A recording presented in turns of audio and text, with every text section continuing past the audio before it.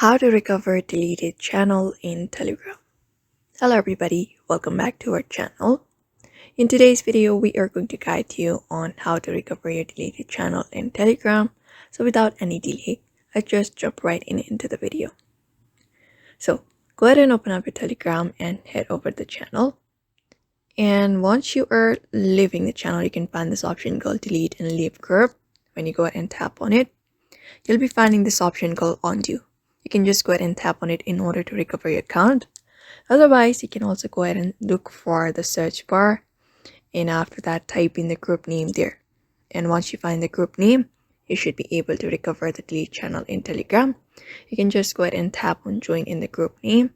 After that, you should be able to recover the deleted channel in Telegram. So that is it. That is how you recover the deleted channel in Telegram. So therefore, I hope this video was helpful to you, and thank you for watching this video.